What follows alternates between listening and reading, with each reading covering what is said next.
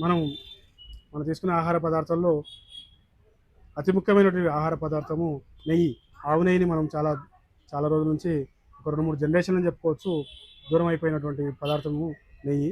ఈ అమృతమైనటువంటి నెయ్యిని దేవతలు, రాక్షసులు కొట్లాడినప్పుడు ఆ అమృతం బిందువులు సముద్రంలో పడితే కామధేను అనే ఆవు మింగి ఆ కామధేను నుంచి వచ్చినటువంటి ఆవు పాలలో అదే అమృతము ఆ పాలల్లో ఆ తర్వాత మనం పాలను కాచి పెరుగును తోడుపెట్టి ఆ పెరుగును చిలికితే వచ్చినటువంటి మజ్జిగలో నుంచి తీసినప్పుడు వెన్నను కాచినప్పుడు నెయ్యి తయారవుతుంది. అట్లాగా మనం ఈ నెయ్యిని ఒక 28 లీటర్ల పాలు కాస్తే వచ్చేటువంటి కిలో నెయ్యిని మనం తీసుకున్నట్టయితే మన డైజెషన్ అనేది ఈజీగా అవుతుంది.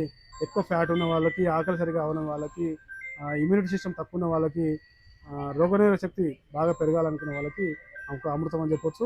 ప్రతి భోజనాన్ని ఒక నెయ్యితో ఫస్ట్ ముద్ద నెయ్యితో కానీ తీసుకున్నట్టయితే మనం తీసుకున్నటువంటి ఆహారము డైజెస్ట్ సిస్టమ్ ఏదైతే ఆహారం అరుగుతుందో ఆ జీర్ణక్రియని చాలా వెలిగిస్తున్నటువంటి పొయ్యిలాగా ఈజీగా డైజెస్ట్ అవుతుంది. ఈజీగా డైజెస్ట్ అయినప్పుడు మనకు తీసుకున్న ఆహారం వల్ల కావాల్సిన శక్తి అంతా కూడా తయారవుతుంది. దీన్ని మనం ఒక అమృతం అని చెప్పొచ్చు, ఆహారం కూడా చెప్పొచ్చు, ఇది ఒక ఔషధం అని కూడా చెప్పొచ్చు. Cost sir?